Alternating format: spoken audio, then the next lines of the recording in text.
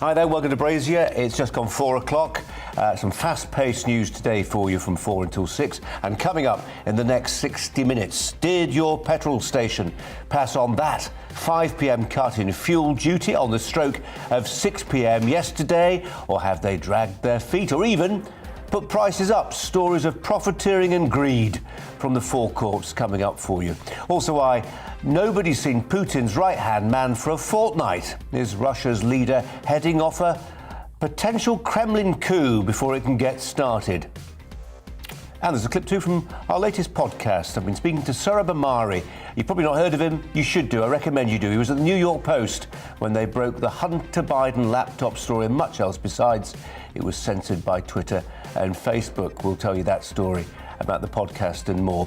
All those stories coming up, plus the president of the CBI and a former admiral in the world's most powerful navy. And do look out, we're expecting Boris Johnson to give a press briefing in the next few minutes from NATO in Brussels. We'll bring you to that to you in full. Alongside me throughout today's show, Kelvin McKenzie, formerly of The Sun.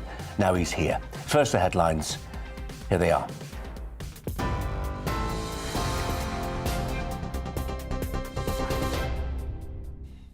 Good afternoon, it's 4:01. I'm Tamsin Roberts in the GB newsroom.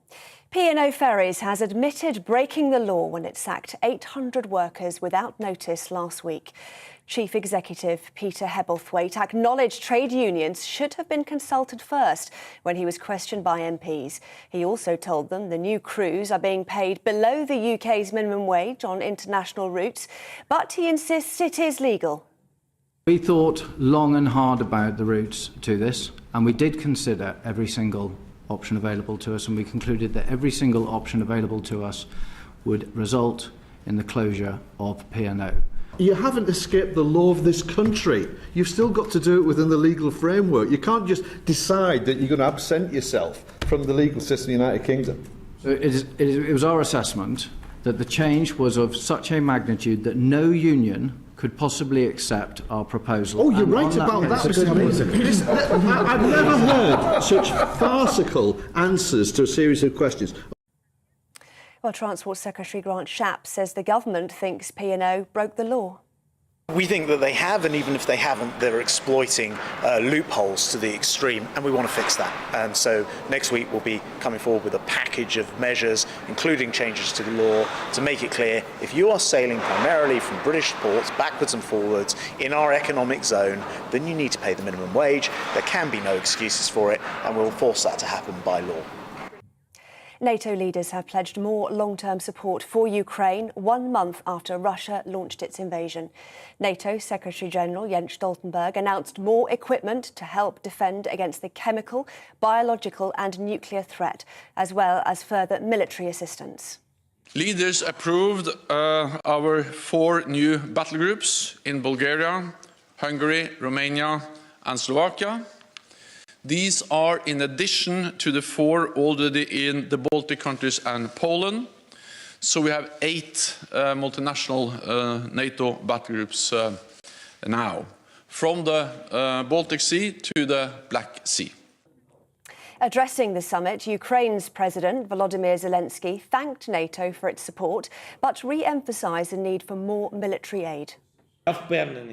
I'm sure you understand that Russia does not intend to stop in Ukraine. It wants to go further, against eastern members of NATO, the Baltic states and Poland for sure.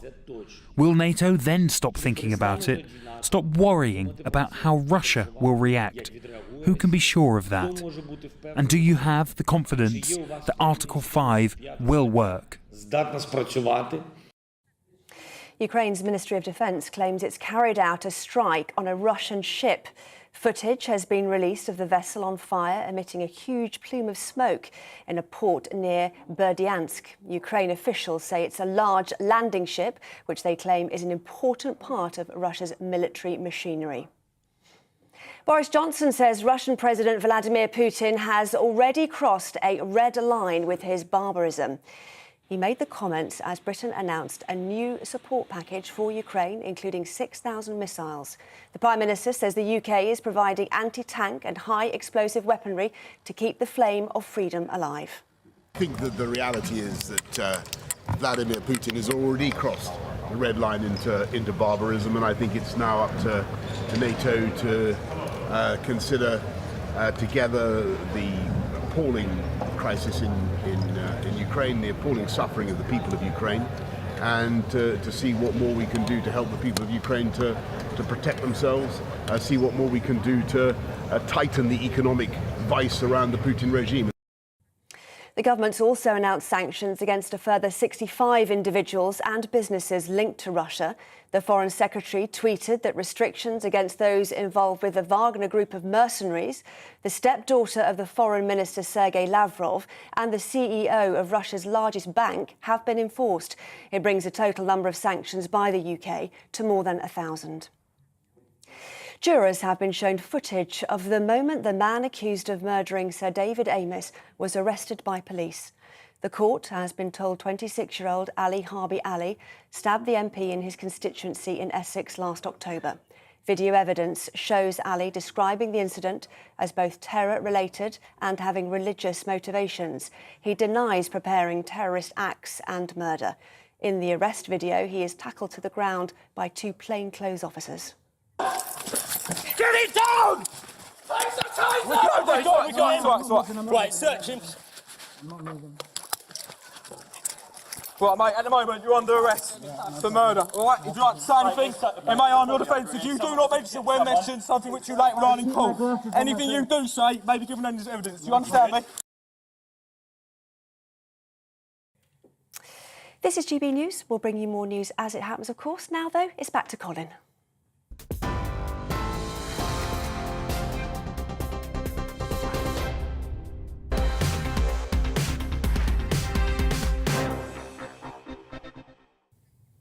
Welcome back. We're going to take you live to that NATO summit in Brussels. The Prime Minister Boris Johnson is scheduled to hold a news conference very soon. We'll show you, we'll whet your appetite. We'll show you the lectern where he's expected to address journalists there.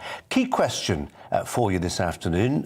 Jens Stoltenberg, the Secretary-General of NATO, he's just had his contract extended by a year. Obviously, they want continuity right now. They don't want the person at the top of NATO to disappear just as it faces this monumental crisis with the Russian invasion of Ukraine. And he has said there will be 4 extra battle groups, NATO battle groups, 40,000 troops stationed on the flank of Russia, effectively, Eastern Europe, those Eastern European states that used to be part of the Warsaw Pact.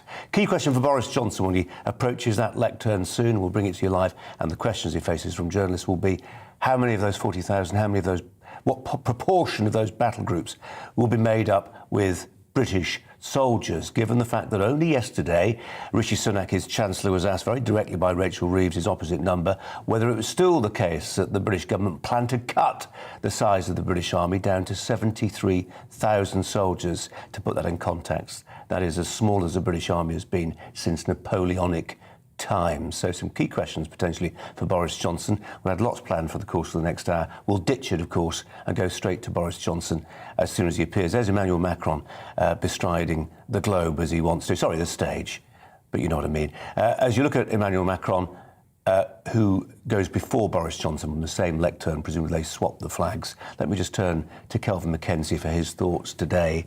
I read today, in fact, somebody said to me yesterday that Zelensky is having a daily conversation with Boris Johnson. He's deeply involved in what's happening in Ukraine, one way or the other. Yeah, excellent. And I mean, we announced today that we're sending 6,000 missiles to Ukraine. Now, this is a great thing, by the way, a great thing for Boris, actually, in the polls. I don't know whether you've seen the latest polls right now. So he's come from about 28 points back, as he appeared to be holding a party every day during COVID, to actually nip and tuck with Labour, which is extraordinary. And the reason is because people admire his leadership. Enough to forget Partygate come the May local elections and say, oh, he was all right all along?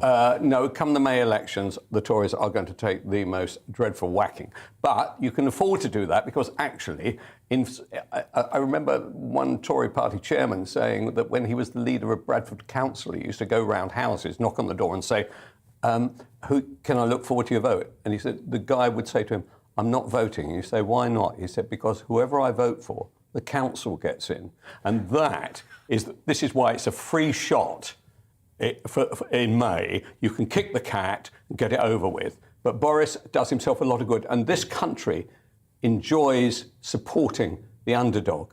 And Ukraine is being treated tragically right now. And I wish we could send 60,000 missiles there. And the cutting back that you talked correctly about our British army, let's face it, the truth about the matter is that idiot Cameron, right, he led the charge on saying we didn't need an army. And here we are, what? That was 2014. So here we are 8 years later. We've never needed the military so much. I think, to be fair, Kelvin, it goes back further than that. It goes back to options for change in the 1990s. He embraced it. He embraced it. He was a shocker. He would go down as one of the worst Tory prime ministers in history. Not sure how long Emmanuel Macron's going to be addressing the cameras, but generally speaking, the answer is quite a while. Actually, you've got to ask Macron. Macron says he's going to carry on keeping a pipeline open to Putin. Apparently, he's had 17 conversations with him. What has that achieved in the last month? Honestly, he's wasting his time. I like the Boris approach. Let's arm them. Let's make Russia our number one enemy. And just so I can place you on the spectrum of hawkishness, Kelvin, where do you stand on the no-fly zone? Would you send British planes? Would you send British pilots to enforce a no-fly zone over Ukraine? I wouldn't, unless I was prepared for actually a world war. And if we said, actually, he is crossing the line and he's going to do it to us, then I would do it. But I certainly wouldn't do it right now. OK, we'll come back to this, Kelvin. We'll come back to NATO as well, just as soon as Emmanuel Macron has finished talking, enjoying the sound of it, talking to journalists there, which should take some time. We're going to go back in time a little bit to around about this time yesterday afternoon, and the spring statement. And the papers have agreed on one thing today about yesterday's spring statement. The Chancellor could have spent more.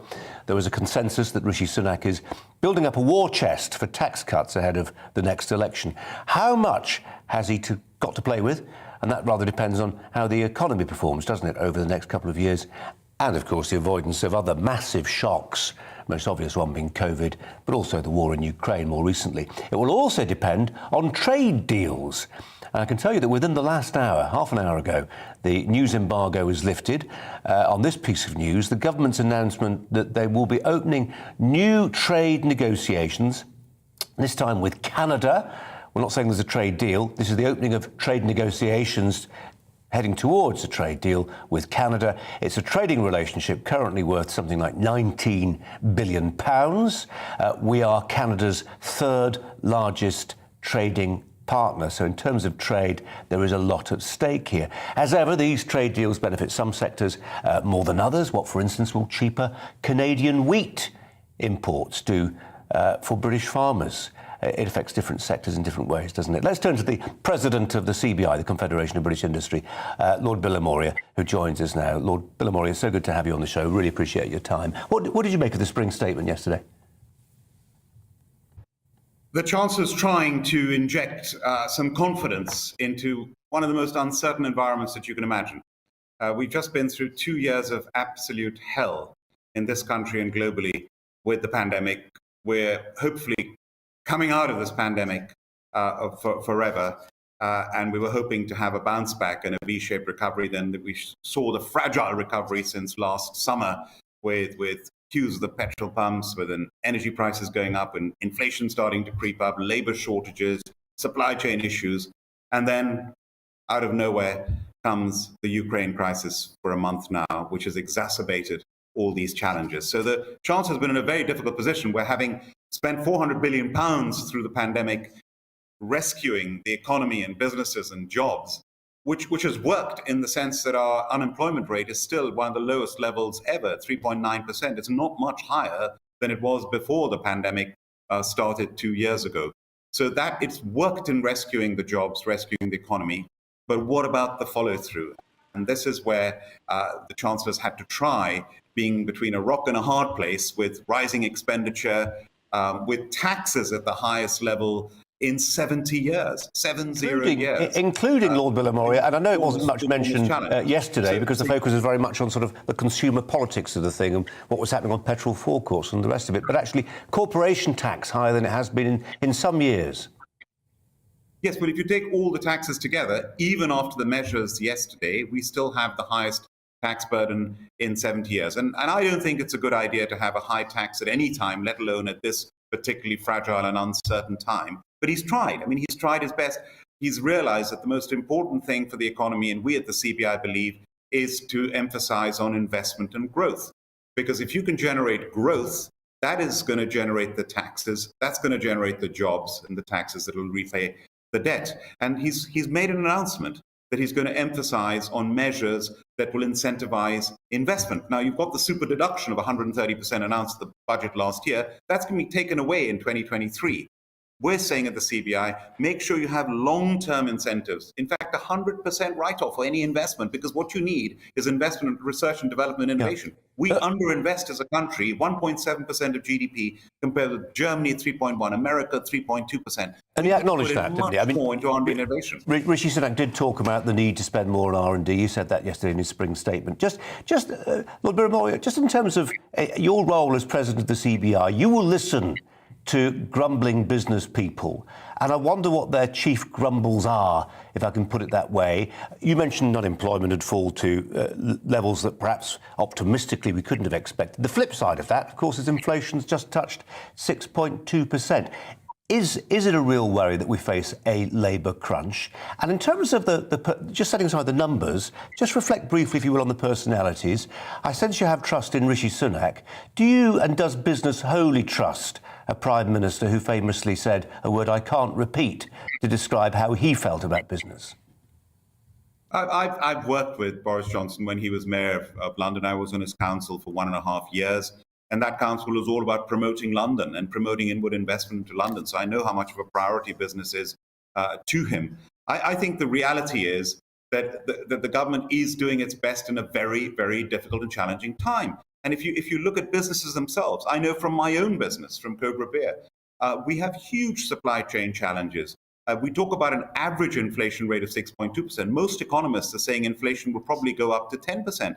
But that's 10% on average. I can tell you some of my input costs are well over 25%. I can tell you that when I export on my shipping costs, some of the container shipping costs have gone up 10 times. So the energy costs, of course, we all know how much they've escalated. And lots of our inputs are energy intensive. To make bottles, beer bottles, is very energy intensive. The cost has rocketed. So there's no running away. Businesses, there is a lack of confidence at the moment, quite understandably, with all the uncertainty. How long is this Ukraine war going to go on for? The sooner it stops, the better. In the words of His Holiness the Pope, in the name of God, I ask that we stop this massacre. And we at the CBI, by the way, I don't know how many people know this, we're working very hard with the Ukraine ambassador, with the economic minister, with ministers in Ukraine, in humanitarian aid, with all our CBI businesses, sending ration packs, millions of ration packs to the front line, sending family packs of meals that we're working on with the retailers. We're doing our best, even in a time of crisis with all our uncertainties, to help the crisis in Ukraine. And I think British business in that way has been phenomenal. Moria is the president of the CBI. Lord Birramori, I really appreciate your time today. Thanks very much indeed. Let's take you back to reflect on what's happening in Brussels right now, that NATO meeting. Different European leaders, different NATO members are addressing the cameras. Emmanuel Macron, the French president, is doing with his usual elan and flair. We won't bring you what he's got to say, but just as soon as Boris Johnson is there, we will take you over. Lord Birramori was making the point, wasn't he, that he hopes, obviously, in the interest of business, that this conflict can be brought to a swift resolution. NATO has announced today that it's sending in an extra 4 battle groups. How many of those battle groups will consist of British service personnel? We do not know at this stage. We hope to learn more from Boris Johnson when he addresses the cameras in the next few minutes. We'll go there live as soon as it happens. Staying with Ukraine, and footage today which appears to show the single biggest blow yet delivered against the Russian Navy by Ukrainian forces. You may have seen these pictures today. Apologies if you're listening on the radio. They show a huge plume of smoke rising above a 370-foot Russian Alligator-class tank carrier hit by a missile, reportedly, according to Ukrainian military sources. The landing ship may have become a target after Russian media showed the vessel moored in the Ukrainian port of Berdyansk. It's not clear what kind of missile was used against the ship, but the story emerged as those NATO members pledged more weaponry for Ukrainian forces. As Kelvin Mackenzie was reminding you just a few moments ago, the Brits supplying 6,000 extra missiles. Well, joining me now, a man who knows well how war is fought at sea, and I'm sure would have been interested in those pictures from the port in Ukraine there, former US Navy Admiral Mike Hewitt. Mike Hewitt, thanks so much for joining us here in the studio. Also make it clear, you were the sort of aviation type of admiral. I flew airplanes in the Navy. OK. Well, overall, how unexpected for you as a military man is what's happened in Ukraine so far? The decision to go in by Putin, but then the sense in which it's now, if not stalemate, nor a quagmire, then at least not what he was expecting. I think that's clear at this point. And what his calculus was going in is much more complex than I think we've understood. We've taken our eye off of Russia and Putin for years. We didn't understand the calculus of that at all. That's kind of in the past at this point. What he calculated was a swift victory and a very swift retreat and defeat by Zelensky, and he has been caught off guard by that. I also think he has been caught off guard by this idea of moving westward and occupying town after town. Much more difficult than he expected. And finally, I think the psyche of the Russian military, these young kids who don't really understand why they're there. If you don't have a clear guidance of what the end state is, it's hard for your troops to know what they're doing. And I think when confronted with grandmothers and children and civilians, town by town, has taken it out of these conscript military young men and women that don't really know why they're there. So I think Putin, that's his challenge right now, is keeping his army equipped, motivated, and I think this stalemate is as much that as it is a lack of military power. Admiral, can we keep you there for a couple of minutes more? We're going to take a commercial break. We have to rejig our timings because of Boris Johnson being delayed. We're going to talk to you after our commercial break. I know Kelvin Mackenzie, formerly of the Sun newspaper, is going to have some questions about military build-up and the extent to which Britain, as well as America, ought to be looking to its laurels in terms of how many people serve in our armed forces. So we're going to take a commercial break and we'll bring you Boris and much more besides when you come back.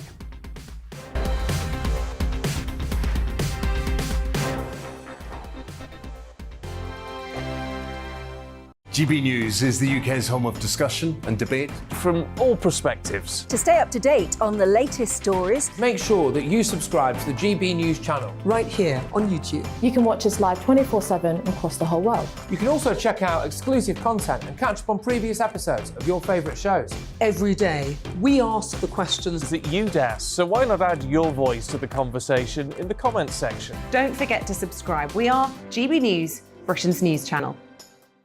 Every night at 11 on GB News, we bring you the next day's stories the day before. It's basically like time travel. If it's a big story, we'll cover it, guaranteed. But we'll also have some fun along the way. Big opinions, big laughs. Sometimes big hair. This is Headliners, the paper review show that won't send you to sleep like the others will. 11 p.m, 7 nights a week. Join us.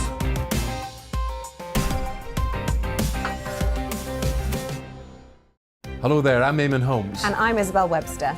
And we hope you can join us for Breakfast with Eamon and Isabel. You make me laugh out loud, belly laugh. Is that important first thing in the morning? Yeah, absolutely. And there's me trying to be deadly serious. News is a serious business. Yeah, I have to rein you in sometimes. Well, it doesn't stop us laughing at it. It doesn't stop us having an opinion on what's going on. Yeah. And it certainly will not stop us reflecting what you think. Weekdays from 6 to 9:30 on GB News. I'm Dan Wootton. Join me Monday to Thursday from 9 to 11 for the feistiest and most fun news debate on TV, where free speech reigns. I'll bring you a sharp take on the day's biggest stories, bombshell newsmaker interviews, and A-list guests. And I guarantee you, no spin, no bias, no censorship, and no reason to go to bed. That's Dan Wootton Tonight, Monday to Thursdays from 9 on GB News.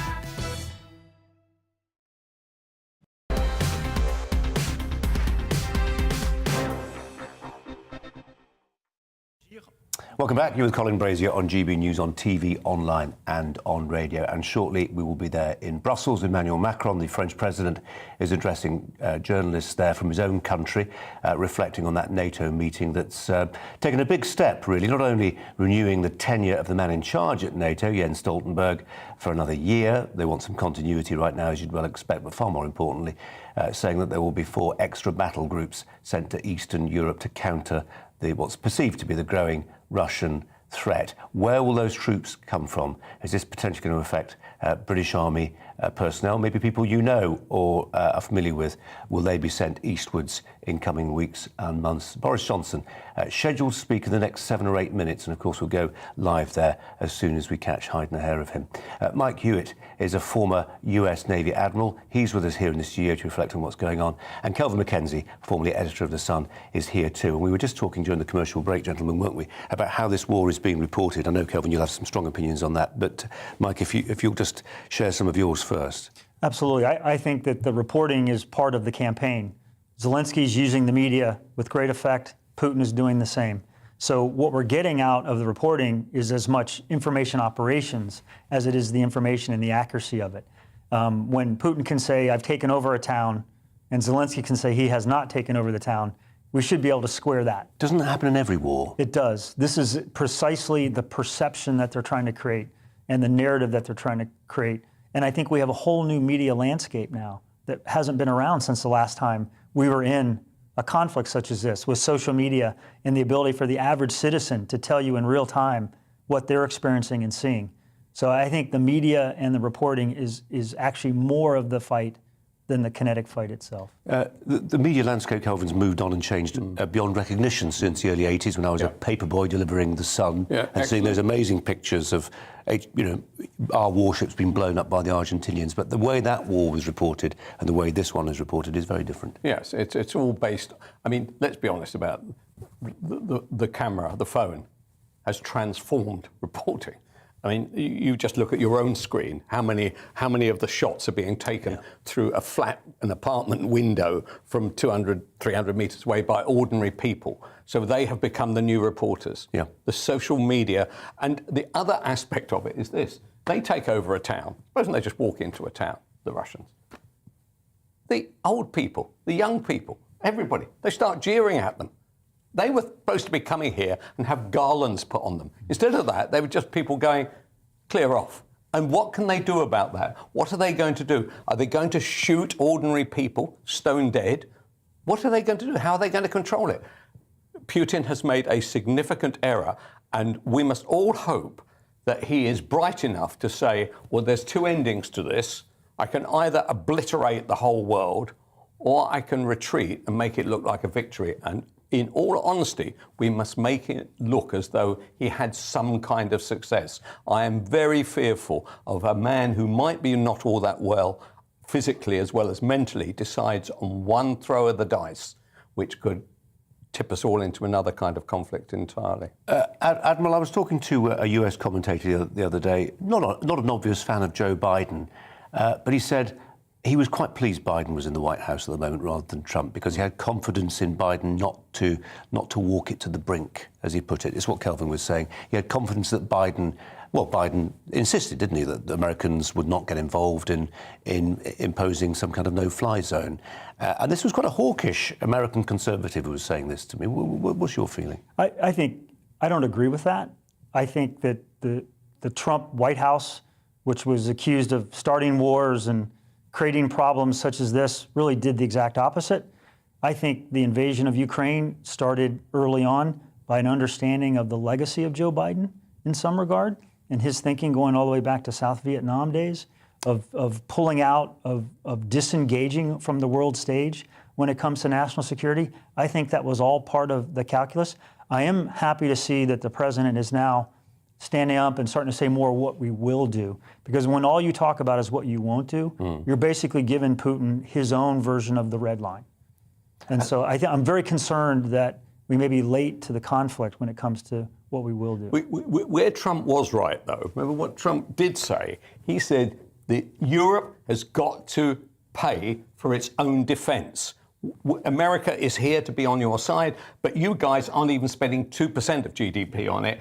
Get real. He said this to the Germans and the French particularly, and actually the Germans were still saying, oh, I'm not sure. Now they say we're going to spend 100 billion. Actually, I'll be interested to see whether they do spend 100 billion. I think the Germans are being very, very canny in how they deal with Putin. If you are just switching on TV or radio online, let me just show you, if we can again, the scene in Brussels. There's been a big NATO meeting today to decide on how Western nations will address the threat posed by Russia in Ukraine, but not just in Ukraine, how to contain them on those Eastern European borders. A significant increase in the number of NATO troops and other materiel that will be sent to that part of the world. Key question is that we don't have an answer to at this stage is what part of that composition will be British badged.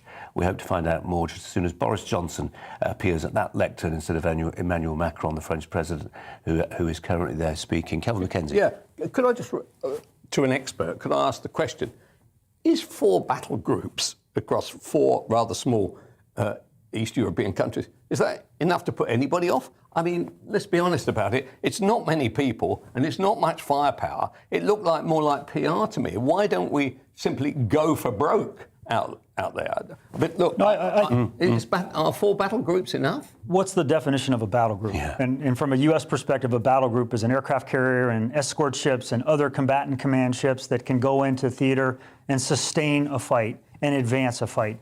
I seriously doubt these 4 battle groups are defined that way.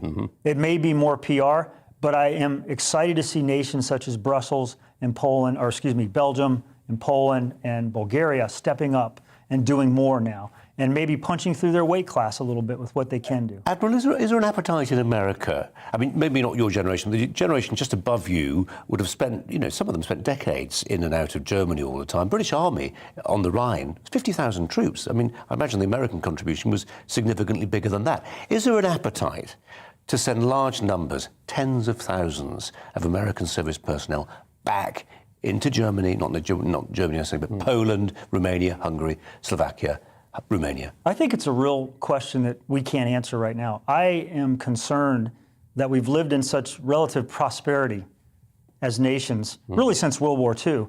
We don't have the stomach to commit what I would call capital ships into real harm's way. I don't think we have the stomach to commit hundreds of thousands of troops because we've lost that understanding of that kind of decision. Even after Iraq and Afghanistan? Yes, I think so, because those really weren't wars or conflicts the way we would define them. Well, the Russians lost in 2 weeks what you lost in Iraq in years. That's right. That's exactly right. So I don't know if we have the will to commit forces to conflict. Right, well, one thing surprised me. I've just spent the best part of 2 weeks in Southern California, right? And so watching the newscast there, I was expecting basically inflation and food, you accuse a few banks and everything to be the story. It's not the story. The story, even 6,000 miles away, is Ukraine. I do believe that the Americans really understand the fear of what's happening to democracy in the world unless they stand up to Ukraine. And that is, whereas I would have said 20 years ago, the Americans would have said, Ukraine, that's, where is that place? Whether it's CNN, whether it's Fox, or whether it was anybody else, ABC, they were all covering it big time. Well, we'll see what Mike Hughes got to say about that in just a second. I do hope you can hang around, by the way, Admiral, because we're still waiting on Boris Johnson. We're going to get a news bulletin away, and as soon as we come back, or shortly thereafter, we'll listen to what the Prime Minister's got to say. Let's bring you the bulletin now, though.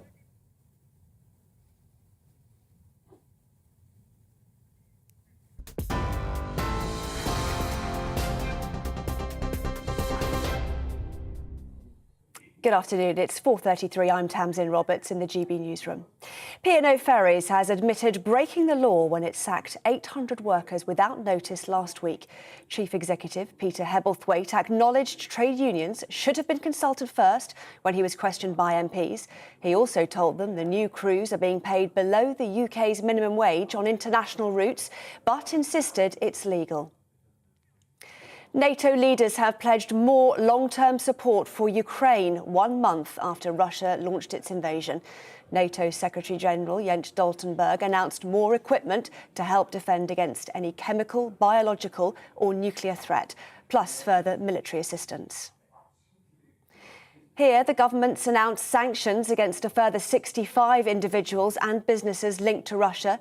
The Foreign Secretary tweeted that restrictions against those involved with a Wagner group of mercenaries, the stepdaughter of the Foreign Minister Sergei Lavrov, and the CEO of Russia's largest bank are in place. It brings the total number of sanctions by the UK to more than 1,000. Ukraine's Ministry of Defence claims it's carried out a strike on a Russian ship. Footage has been released of the vessel on fire, emitting a huge plume of smoke in a port near Berdyansk. Ukrainian officials say it's the large landing ship, which they claim is an important part of Russia's military machinery. Hikes in inflation will be reflected in benefit increases next year, according to a Treasury Minister. Chancellor Rishi Sunak says there are challenging months ahead. Benefits are being uprated by 3.1% this April, but inflation is expected to average nearly 8%. TV, online and DAB plus radio. This is GB News. Back now to Colin.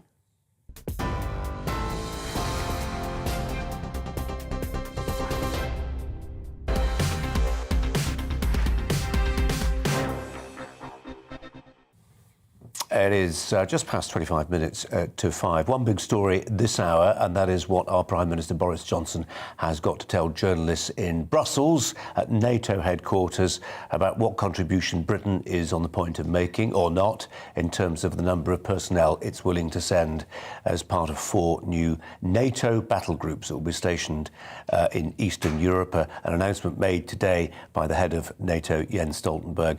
At that live position, the lectern where Emmanuel Macron is currently speaking, and apologies if you're listening on radio, but he is. As soon as he's finished, we'll have Boris Johnson there taking questions and laying out his position, and of course we will bring that to you live. Mike Hewitt is alongside me here. He's a former US Navy Admiral, flew planes onto aircraft carriers and much else besides. And Kelvin Mackenzie, formerly editor of The Sun, who in his own way did things just as daring. Admiral, tell us about US-UK defence cooperation as things currently stand. The relationship between Boris and Joe Biden initially wasn't seen as particularly warm, if anything potentially quite hostile. It's improved because of this. It has. I think US-UK military cooperation has never wavered. The policy side or the political side has its ups and downs, but mill-to-mill relationships have never wavered one bit. And I truly believe alliances are critical going forward, particularly as we stare down the rising China. In particular, the alliance of the Five Eyes nations, which I think are incredibly important, which is, the UK, Australia, Canada, New Zealand, and America. And then maybe most importantly is the special relationship. I think now more than ever, particularly in a post-Brexit environment, the US-UK need to be thinking bilaterally when it comes to military cooperation. I don't expect the UK's defence budget to catch up with where it should be anytime soon, but I think these kinds of events should be a real wake-up call to those that subscribe to a more domestic coastal defence budget in a time of war like this. So I think that may be where we see some additional bipartisanship, is in not just defence cooperation, but in building out our military strength again. Kelvin, forgive me if I get this wrong, but were you editing this up when Ronald Reagan was US president, or was it after? Was it after all that? What time? year was? What year was? So he left in 89, 90. Yes, I was. Yeah, and that sense. I've heard a number of people in this studio say, if only we'd had the Gipper, if only we'd had Ronald Reagan. He got it. He got how you stand up to Russia. Well, he certainly faced down the Russians. I think Putin is different from Gorbachev. I don't know whether he has an intellect, Putin, or an instinct, but these are completely different things. I don't believe that any leader of the US or UK could have accurately forecast what was going to happen. And the good news is I am absolutely sure that our defence budget is going to go up. It's going to go up dramatically. So anybody that's crying poor right now over NI increases, price of petrol, forget it. Somebody has to fund those missiles which are going to the Ukraine. 6,000 missiles is a big chunk of change. I am massively in favour of it. There might become a dividing line in the UK, as there was with Greenham Common, between those in favour of it and those against it, but we're all going to have to pay. Kelvin, since you've raised the question of spending, we're going to go briefly back to discuss, and briefly, the spring statement from yesterday. Admiral, I don't know if you're going to be able to hang around, but it'd be great if you could, because we'd like to get your view on what Boris Johnson's going to say and does say. But back briefly to the cost of living crisis and that spring statement. As I said earlier, the papers were largely agreeing on one thing today about yesterday's mini budget. The Chancellor could have done more. But should he have done more?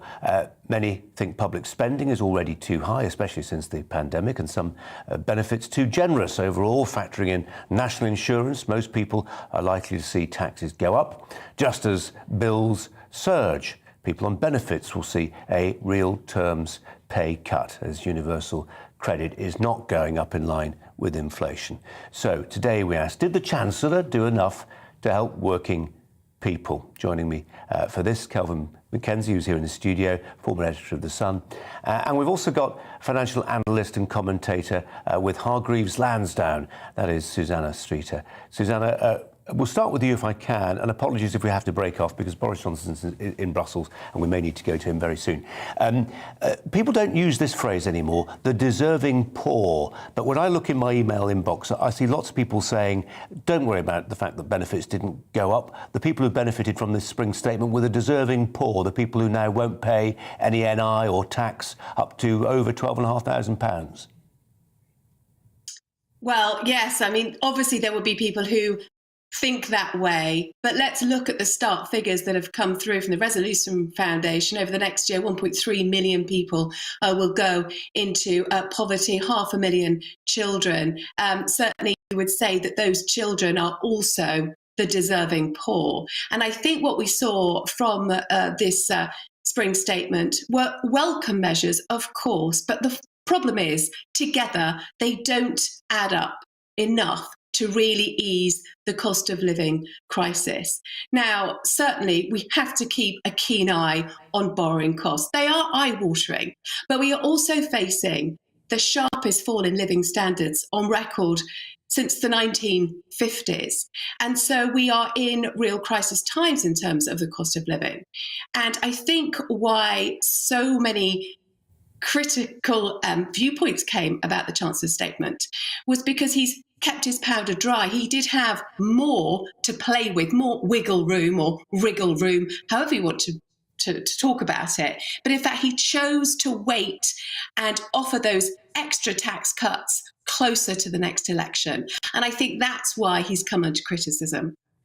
Come under criticism, Kelvin Mackenzie. I can't remember any budget, any spring statement, any major financial announcement given by the Chancellor which doesn't, once the dust settles and people leaf through the appendixes, come under a lot of scrutiny and, yes, face criticism. That's sort of the way it works. It's the way it works. And he had an impossible act. After all, forget that he gave us 400 billion quid in furlough payments, loan kickbacks and various other ridiculous ideas in order to keep the economy going and stop us all being on the unemployed list. So that has to be factored into everything. So we borrowed a hell of a load of money because we weren't producing anything, and now interest rates are going through the roof. Somebody, somewhere, has to suffer. And actually, the people at the bottom end are not suffering as much as either the middle or actually the financial analyst from Hargreaves Lansdown, who I suspect Hargreaves Lansdown continues to have a very large amount of the wealthy who invest through their various investment plans. So I actually think he has done a good job. I recognise he could do more, but one of the issues that faces, if for instance, they turn out to be right, the quotes experts, who by and large, in my experience, turn out to be completely wrong about almost everything, is that if, for instance, petrol energy prices continue to rise in the October, he's going to have to write another massive cheque in order to stop people becoming more skint than they are now. We have had a great run through COVID and the like. Ukraine, energy, it's a massive problem. Somebody has to try and balance things out. To my mind, Rishi has done a good job, and it's right that he keeps the money not only for the October, when there might be another hand in our wallets from the effect of Ukraine, but also because he wants to give some money away in income tax relief. Why not? We haven't had any income tax relief in 16 years.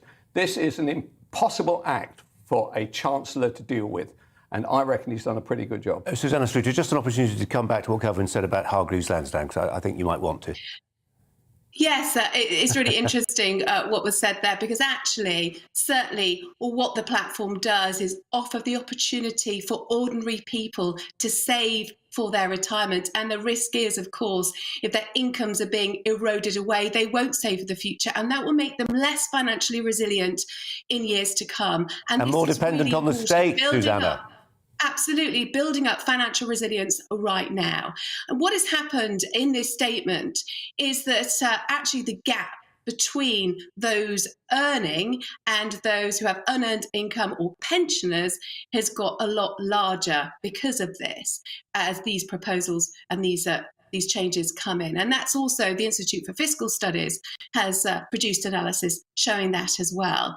And the problem is right now we are facing this terrible cost of living crisis. Certainly over the longer term, we do need to make sure the public finances are more resilient, but you still also have to support the economy. And if you don't support the economy, it won't grow and allow the country to become more financially resilient. So that is the problem. And I don't think necessarily, or what was brought in yesterday is going to enable the country to become more financially resilient, because the economy has to be supported and it's going to hit consumer confidence.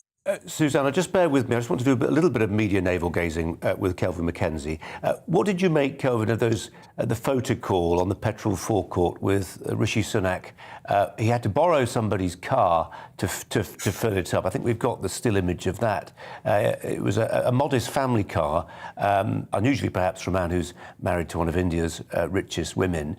But then there was another picture when he was inside the petrol station, paying for the fuel, and he didn't seem to quite know how you swipe a bank card. I'm not sure we've got that picture, but I've described it for you, Kelvin. Right. Well, look, when you're the Chancellor, your PR is enormously important, and I thought that was a piece of madness to be seen on a forecourt, frankly. And actually, I wouldn't have knocked the 5 pence off. I don't see any point in it. In the scheme of everything, petrol prices have gone up 40p over the last 4 months. So what will 5p do? I'd rather have it propping up the economy. Our balance of payments, our situation financially is shocking, and we can't carry on just throwing the money around. Susanna, just one more from you before I think we probably have to start thinking about going back to Boris Johnson in Brussels at NATO. 83 million quid on interest payments alone in the coming financial year. If you were advising a client the size of a country, you'd have some harsh words to put to them for borrowing on that scale, wouldn't you? Yes, of course. These are worrying levels of interest payments. Of course they are. But also you have to deal with an immediate crisis. You can't just keep paying that debt back without ensuring that you're operating in a way that can keep you viable. So you may have to delay paying that back, and while doing so, ensure that your company has enough money for cash flow. And that's the situation we've got at the moment. So many households and businesses are really struggling with really soaring energy costs. We have more than 50% of businesses, according to the latest data from the Office of National Statistics out today, saying they're facing higher and higher costs, which are causing a problem for their businesses, whether it's production or through their suppliers. So the cost of living crisis is not just a cost of living crisis, it's also becoming a cost of commerce crisis. And that is crucial as well, because businesses need that support and need consumer confidence to ensure that they can grow. And if the economy doesn't grow, it means that we aren't so resilient as an economy. Kelvin McKenzie, can I just introduce a slightly different tangent to this one? I don't think I missed it. When I was listening to Rachel Reeves, the Shadow Chancellor, yesterday, responding to the spring statement, I don't think she mentioned in any meaningful way COVID. And that's why the £83 billion in interest rates, interest payments are there. We are so quick to forget, aren't we? Yes, I know. We propped up for almost 2 years. Basically, we gave people money for doing nothing, for sitting at home, sitting on their backside, not creating anything. And by the way, I don't blame them. If the money's crashing through the door, we gave away billions. They're probably all invested in Hargreaves and Lansdowne. But anyway, that's, by the way, in Brett Miller, that's a joke. Yeah. They invested. Oh, and actually, can I just point out that what Rachel Reeves was quite clever about they doing? Gave billions to small I'd like to come in there. Yeah, That's no, go on. Yes, Susanna, do. Go on. Yeah, what Rachel Reeves was quite astute, I think, about doing in many ways is focused on the fact that so much money was paid out on those contracts and haven't been investigated to make sure that that money was well spent. And the government has come under criticism for not investigating that properly. And actually, if you put that back into the budget to help those families and those households who are struggling right now, that actually could help the economy as a whole. So it's interesting that you make that point about the very fact that so many loans were actually given out. In charge of anything, by the way, apart from being an economist, if she was in charge of anything, that anything would look any better. And in fact, our actual the amount that we owed the world would almost certainly go up, since she's planning to give more money to the people that are described as the skint, right? Nobody can tell me that to try and produce a balanced budget is a bad idea. And much of the billions that are going out there, and this is the billions now, at an interest rate of, I don't know, 1.5%, 2%, we'll say. What happens if we go to America, where today I see it's now running at 4.5%? So we'd be talking about, 180, 200 billion a year going out? I mean, these are big issues, and we need a big brain. So fortunately, Rishi has a big brain. And if he has fought off number 10, who might want to have done either the Rachel Reeves or go down the Hargreaves and Lansdowne route, which is handing out money to everybody, then I admire Rishi for doing it. That's not just for the avoidance of doubt. That's not the Hargreaves and Lansdowne route, but we know what you're driving at, Colin. Susanna Streeter, just one final thought on the business where you work. Did I read rightly that the ISA ceiling will stay at 20,000 now? So for people looking to hide away in tax-efficient envelopes, that there's no shift in that. What difference will that make for your customers? Well, actually, it's very important that people, if they do have that money to put away, that they do use those tax shelters, those ISA, stocks and shares ISAs or cash ISAs, to ensure that they make the most of their money. Obviously, for some wealthy customers, it means that they won't be able to put quite so much away into tax-efficient schemes. But of course, there are many people out there who would love to be able to save enough to put away. So obviously, we have a whole range of different customers, and certainly we'll always encourage them to be as tax-efficient as they can with their money. Susanna Streeter from Hargreaves Lansdowne, really appreciate your time. Kelvin Mackenzie's going to stay with me, and I hope you're going to stay with us, because I don't know if we can show you it, but I can describe the scene in Brussels at NATO. Emmanuel Macron, Kelvin Mackenzie predicted he'd go on. He has done. He's still on his feet. He's still addressing the cameras, but when he stops, it will be the turn of Boris Johnson, and we will take you to Brussels live for that. In the meantime, a short break.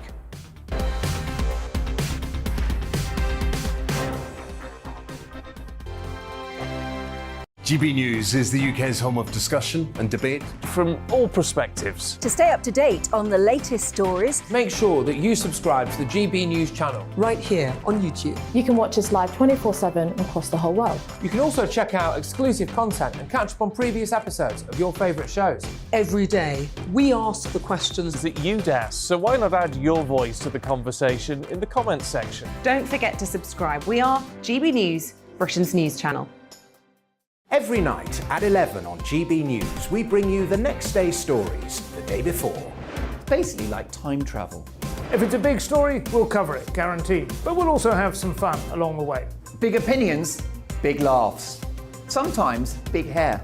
This is Headliners, the paper review show that won't send you to sleep like the others will. 11 p.m, 7 nights a week. Join us.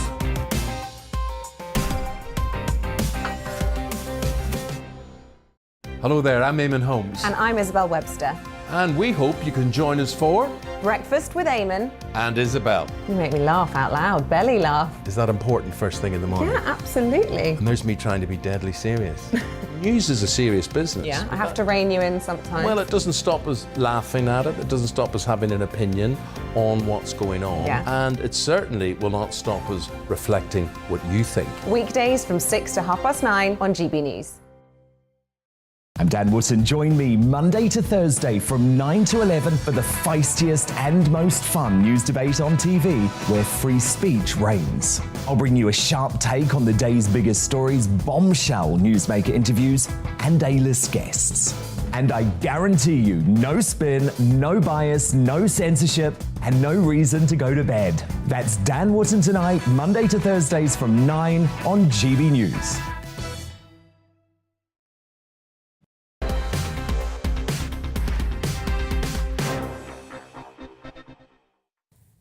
Well, let's mark your card if we possibly can. We were expecting at 4 o'clock, in fact, actually before 4 o'clock, Boris Johnson to appear live on your TV screens and inside your radio sets to announce what Britain is going to do as part of this expansion of NATO forces in Eastern Europe. Emmanuel Macron was speaking. I'm not sure whether he's still going, but we don't yet have a satellite feed from Brussels showing you what Boris Johnson will be telling you. I think we'll get it fairly soon, and as soon as he's on his feet, we'll bring Boris Johnson at NATO in Brussels to you. But in the meantime, let's just share with you some encouraging news. It's a new study which has found that taking statins, as many millions do, could prevent Parkinson's disease.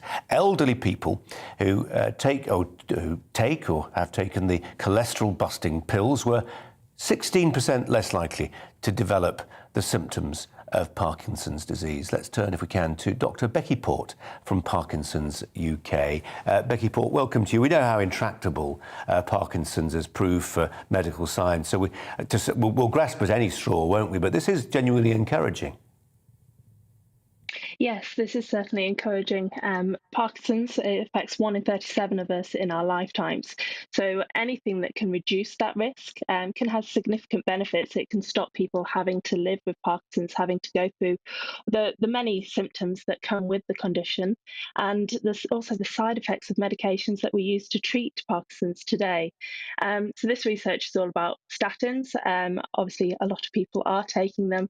And in this study that had 3,000 people taking part, though over a 6-year period, they saw a 16% reduction in risk of Parkinson's. So that is very encouraging. Yeah. And in terms of the number of people who will be affected and the risk factors, I mentioned in my preamble there that if you've got high cholesterol, if you've got high blood pressure, hypertension, that's going to make a difference. But why is that? So we don't really understand all the risk factors for Parkinson's. Becky, forgive me, Dr. Port, I've got to cut across you. I do apologise. We're going to go to NATO. Here's Boris. But now that Putin's Plan A has foundered, he's already escalating by intensifying his attacks on civilians. Maternity wards, schools and homes have been bombed without any regard for civilian life. Families are being starved out in freezing basement shelters and targeted as they flee. The United Kingdom and our allies in NATO and the G7 here today are clear. We will not stand by while Putin vents his fury on Ukraine. I've rarely seen our nations more united in recent years than we are now. Putin's failure in Ukraine is vital for the peace and prosperity of all of us, and his barbaric invasion has galvanized the international community into collective action. We will work with like-minded allies to ramp up lethal aid to Ukraine at scale, providing kit to President Zelensky in the quantity and with the quality that he needs to defend his country from its bullying neighbour. Today, I've announced that we in the UK will send an additional 6,000 missiles and provide £25 million in unrestricted funding for Ukraine's armed forces, more than doubling the lethal aid we've provided to date. We're bolstering our support for the NATO countries on the front line, sending a new deployment of UK troops to Bulgaria on top of doubling our troops both in Poland and in Estonia. This is just the beginning. We must support a free and democratic Ukraine in the long term. This is a fellow European democracy fighting a war of national defence.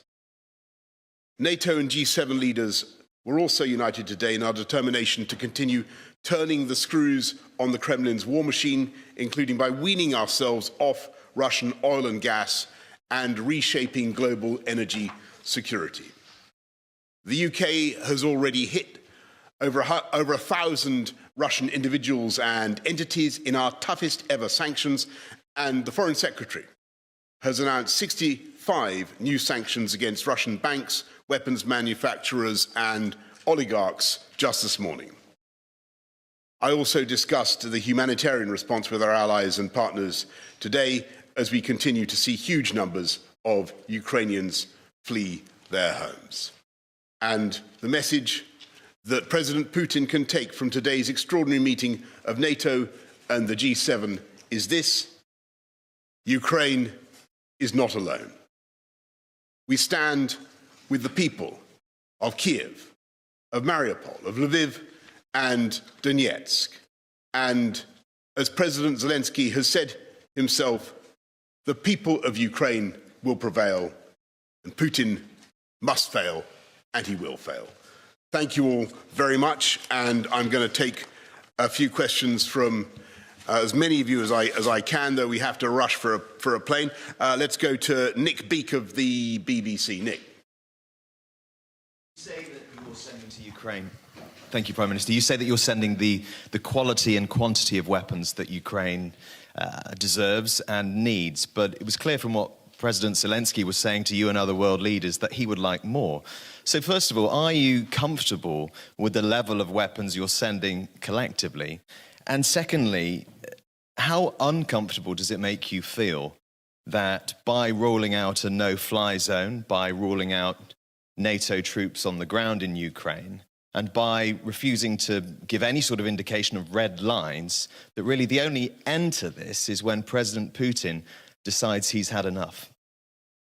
Thanks very much, Nick. And you're right to put your finger on the agony that everybody feels in this group, all Western countries, the whole of NATO, the G7, about our inability to do more to help given the constraints we face. And I think it's fair to say that there isn't a Western democracy that's currently contemplating putting boots on the ground in Ukraine.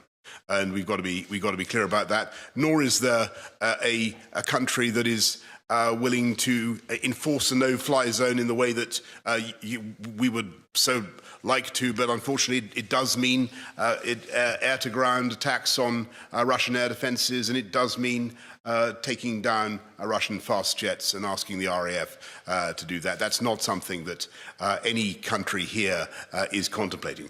What we are doing is steadily ratcheting up the movement of lethal but defensive weaponry to Ukraine, and that is growing in volume the whole time.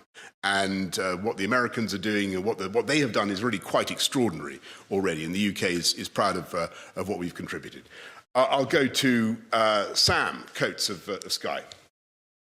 Thank you, Prime Minister. Sam Coates of Sky News.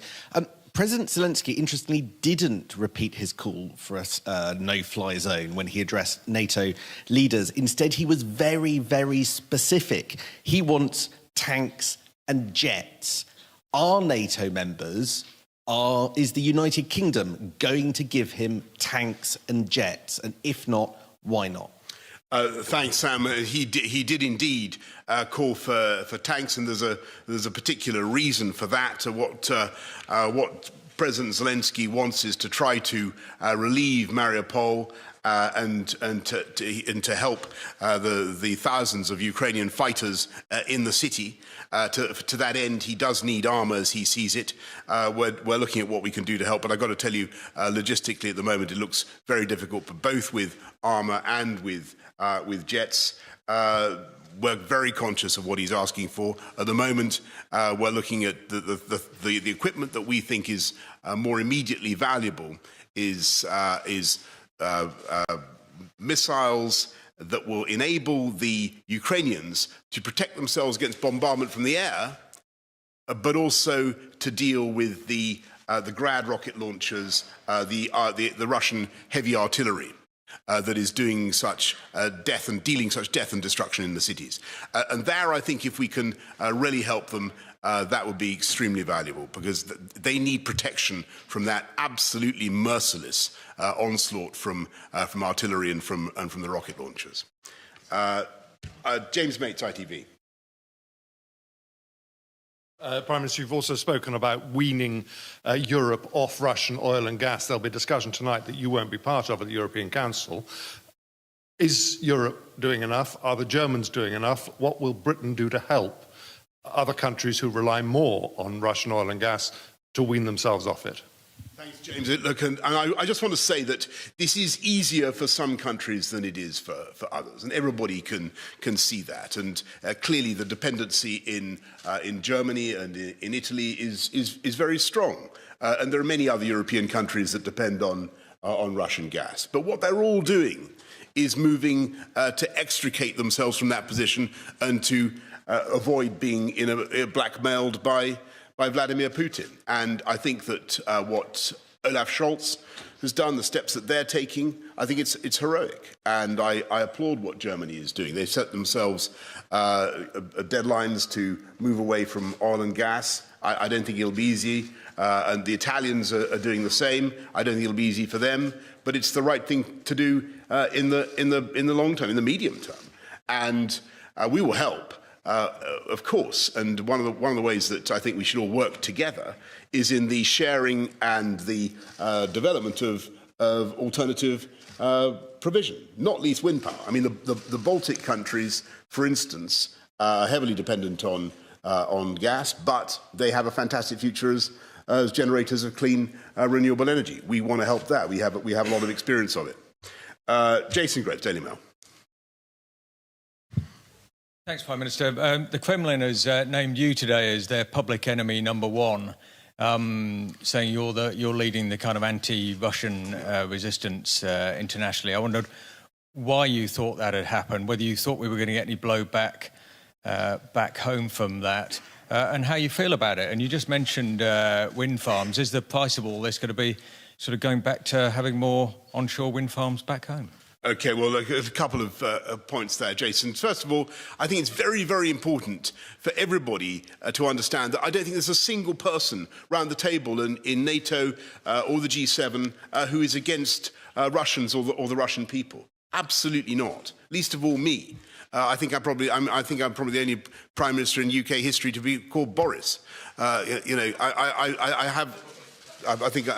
have that distinction, and I'm not remotely anti-Russian, but I think what we all agree is that what Vladimir Putin is doing, the way he's leading Russia at the moment, is utterly catastrophic, that his invasion of Ukraine is inhuman and barbaric, and the conduct of that invasion is now moving into the type of behaviour that, as I've said before, we haven't seen in the continent of Europe for 80 years, and it's horrific. So you can be sympathetic towards ordinary Russians who are being so badly led, but you can be deeply hostile to the decisions of Vladimir Putin, the way he's leading his country. And sorry, you had another question about onshore wind. Look, I want to be clear. I think the massive opportunity for the UK is in offshore wind, and we've got good at that. We were, until very recently, I'm slightly to my irritation, we seem to be overtaken now by China, but we were until recently the biggest producer of offshore wind in the world. And one of the things I want to be setting out in the forthcoming British energy security strategy is how we can regain our lead as the number one, and where we're going to be doing it. And I think you can do it in a completely environmentally friendly way. You can generate phenomenal quantities of renewable energy at zero marginal cost, and it is the way forward. Euronews, Mead McMahon.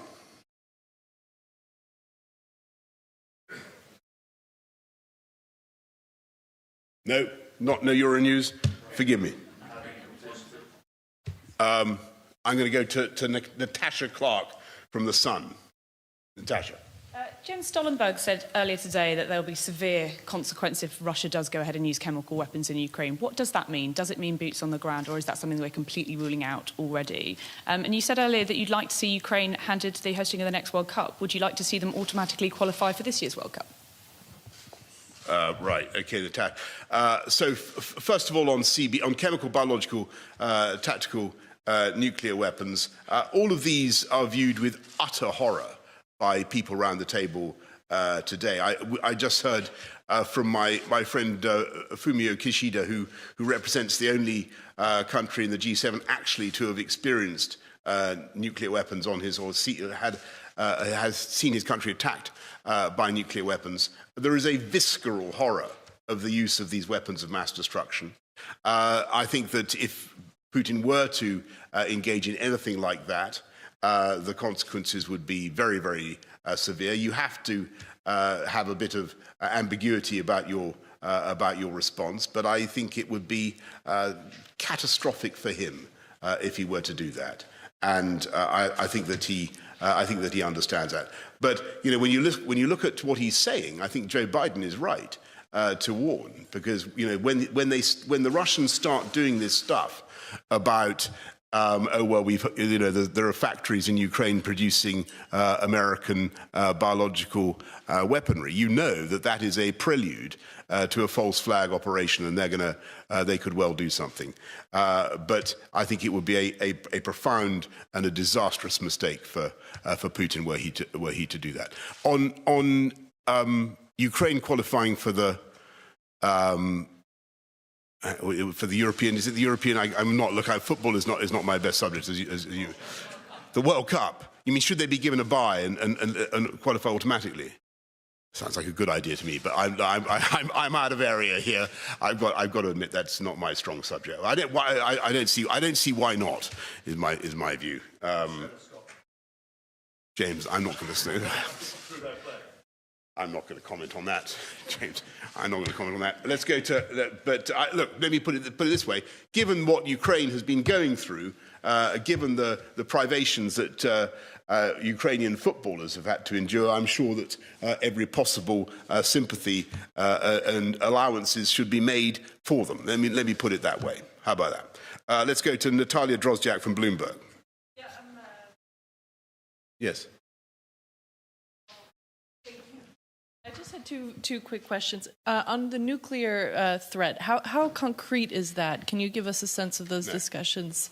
And secondly, you mentioned this morning that allies are examining ways to stop Putin from using Russia's gold reserves. Could you tell us whether those discussions have moved on today? Thank you. Yeah, thanks, Natalia. So I think it's very important to stress that I think that the discussion of the use of nuclear weapons is a distraction, and it's intended to be a distraction from what is really going on. And that is a savage attack with conventional means on innocent people in urban centres in Ukraine. Absolutely barbaric use of artillery and mortars and rockets, as I've described, thermobaric bombs included, it now seems. That is what is going on. And what we're talking about is the right of the Ukrainian people to be equipped with the weapons to defend themselves. And all discussion of nuclear weapons is intended to frame this as a confrontation between Russia as a nuclear power and other nuclear powers. That's not what's going on. What's going on is a confrontation between Russia and entirely innocent people in Ukraine. That's what it's between. And what we're trying to do is help those people, and I think that is morally the right thing to do. On gold reserves,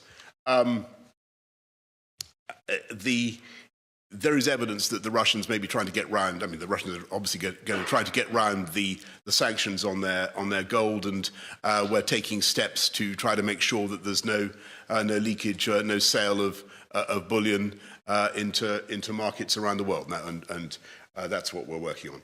Last question to Steve Swinford of The Times. Prime Minister, just to come back to Natasha's question, we heard from from a Western official today that if Russia did use chemical weapons in Ukraine, it would be highly unlikely that there would be a military intervention from NATO. Can I just clarify, are you in that position, or would you rule that out, or do you think it's possible that we could have military intervention? Is it something you're prepared to consider? I just want to repeat the answer I gave to Natasha, which is I think that any such action would be not only morally repugnant, indefensible, but disastrous for Putin as well.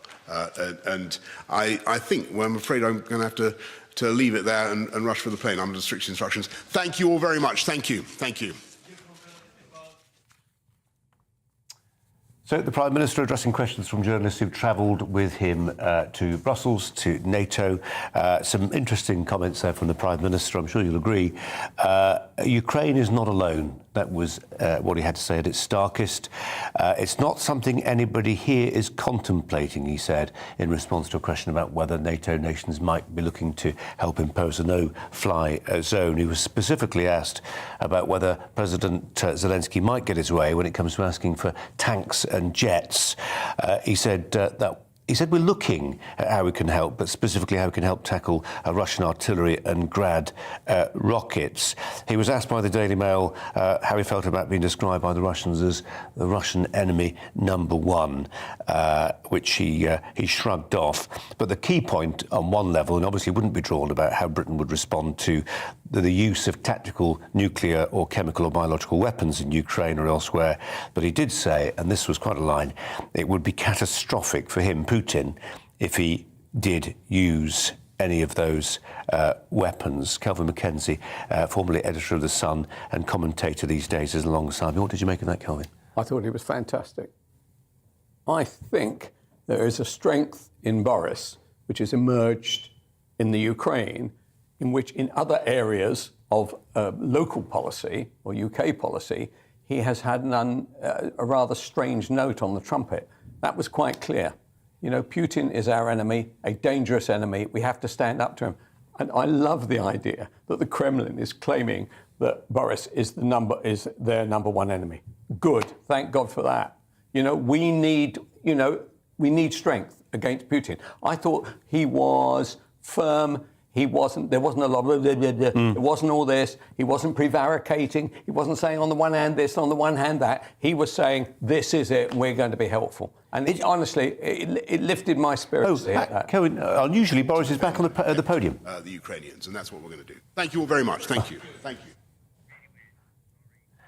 you. Well, just as soon as I found out what he said, I'll let you know. But he came back for a second bite at the cherry in response to a question, presumably. Just on your point there that you think it's wonderful, I agree with you, that Russia think that he is public enemy number one, Russia enemy number one. There is a contrary view to that, isn't there? Which is that actually, if you are facing a lunatic, in quotes, like Putin with nuclear weapons, best to keep a low profile. Well, the truth about the matter is that the profile has been ramped up and up and up by the other side, by Putin. And we could all simply go and hide under a desk and hope he goes away. We tried that in 2014. What did that lead to? It led to what's happening right now. 2022. We tried it in 1939. Yeah, it didn't work then. You're quite right. It doesn't seem to work. So I admire Boris. I don't know where he's got this strength from. He probably got it from Thatcher. But there is an inner strength and an inner intellect to him, which I haven't seen when faced with other issues. And honestly, it's good to see. He's our Prime Minister. He's everybody's Prime Minister. This is a big issue. One very specific point, because I know you were talking in the last hour when we were joined by a splendid American admiral. Yeah, you want to see more British troops in the British Army, but also deployed. And I was wondering whether we might hear from Boris as to what the deployment, because NATO's announced today in Brussels that there'll be 4 of these battle groups, whatever that means, in Eastern Europe. Now, it seems that the Bulgarians have jumped the gun. 2 or 3 hours ago, their leader said that Britain would send 150 troops to Bulgaria. The Americans, by contrast, are sending over 1,000. And this, as far as I can tell, this seems to be... Well, Boris said in that press conference there will be a new deployment of UK troops in Bulgaria. And he mentioned there are already existing troop increases in Poland and Estonia. So as I understand it, what we've announced today is an extra 150 troops for Bulgaria. That's it. Well, Look, I don't know what we need our troops for right now. If we got, I think they just need to be there as a deterrent. 80,000 around this country or wherever. We need to go where there is a problem and where we can be helpful. There is no point in having NATO unless we're prepared to put our shoulder to the wheel. What is clear, we have a Prime Minister who does want to put his shoulder to the wheel. And I think instead of 150, I don't know how many we need. Why don't we put 5,000 in at each one of those 4 countries that we're choosing? Because in the end of the day, if this war continues, we will definitely be sending more than 150. And in a way, I'm Bulgaria. I'm saying to myself, is that it? You know, these people are fearing that they're next after Ukraine. We've got to do, if we believe in democracy, we have to follow Boris on this. It was a very uplifting statement and very unusual. He knew his facts. He was serious-minded. And with the exception about him being Boris, the whole thing was great. Absolutely fantastic. He made us wait for an hour. Actually, he didn't make us wait for an hour. The other fella did. Macron be boring the arse off everybody and telling language, Kelvin. Telling everybody that he's spoken to Putin 18 times. In that time, all that's happened is that Russia has poured more and more armaments into the Ukraine. Macron is a waste of space. Okay. Apologies if you're offended by some of the fruitier language that Kelvin McKenzie uses to get his points across. I'm not, but you might be. We're going to take a break now. More news coming up. Good afternoon, Alex Deakin here with your latest weather update from the Met Office. Friday is more of the same. Plenty more sunshine to come across the country. Again, like this morning, it'll be a little chilly first thing, but pretty warm by the afternoon. Here is the reason why this chunky area of high pressure has moved in and isn't moving very far very quickly. So keeping things fine overnight. We have seen more cloud today across Scotland and Northern Ireland. That cloud will tend to melt away. There are 1 or 2 isolated showers around this evening as well, but they're also disappearing. Some mist and fog is likely through the night across Northern Ireland, but also 1 or 2 patches possible over eastern England. But for most, it's dry, it's clear, and it's turning pretty chilly. Temperatures down close to freezing in towns and cities, lows of 2 there in Cardiff and London. Certainly in rural areas, there'll be some pockets of frost on Friday morning, but plenty of sunshine as well. We will start misty and murky across Northern Ireland, parts of southwest Scotland, but any mist and fog should tend to clear away. It's not sunny everywhere. A weather front will bring cloud and rain to Shetland at times.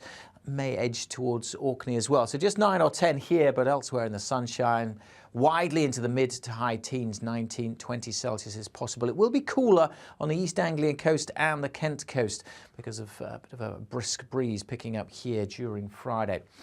That weather front will continue to bring some patchy rain over the Northern Isles through Friday night and into the weekend, but otherwise, apart from a bit of mist around some coasts, it's looking fine into Saturday. Again, a chilly start, but again, almost wall-to-wall sunshine. A bit of a breeze on the south coast on Saturday, but not as strong as it was last weekend, and temperatures responding to the sunshine. So ticking up steadily through the day, eventually getting up yet again, well above average for the time of year into the mid to high teens. And Sunday, we'll see more of the same. Again, generally dry and sunny this weekend.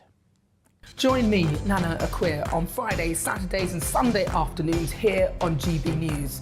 Expect fiery debate and passionate discussion as my panel and I take on some of the top stories hitting the headlines. You can look up the statistics. No, you look it up. I hug everyone. We learn from it and try and move on. That's it. Opinion is at the heart of the show. It's a place for open and frank conversation, but without the fear of cancellation. So join me here on GB News on Friday, Saturday and Sunday afternoons between 4 and 6 p.m.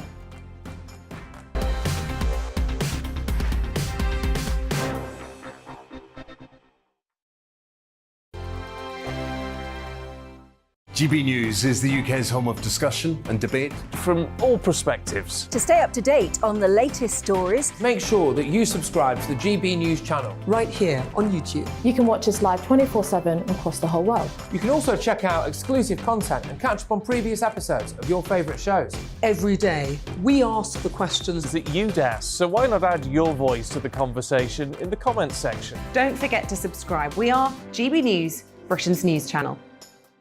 Every night at 11 on GB News, we bring you the next day's stories the day before. Basically like time travel. If it's a big story, we'll cover it, guaranteed. But we'll also have some fun along the way. Big opinions, big laughs. Sometimes big hair. This is Headliners, the paper review show that won't send you to sleep like the others will. 11 p.m, 7 nights a week. Join us.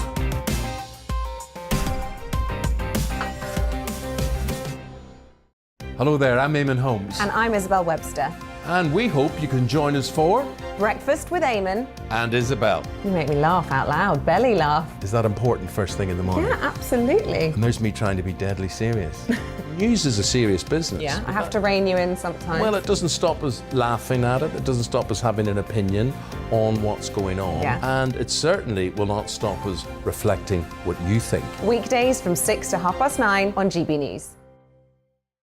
I'm Dan Wootton. Join me Monday to Thursday from 9 to 11 for the feistiest and most fun news debate on TV, where free speech reigns. I'll bring you a sharp take on the day's biggest stories, bombshell newsmaker interviews, and A-list guests. And I guarantee you, no spin, no bias, no censorship, and no reason to go to bed. That's Dan Wootton Tonight, Monday to Thursdays from 9 on GB News.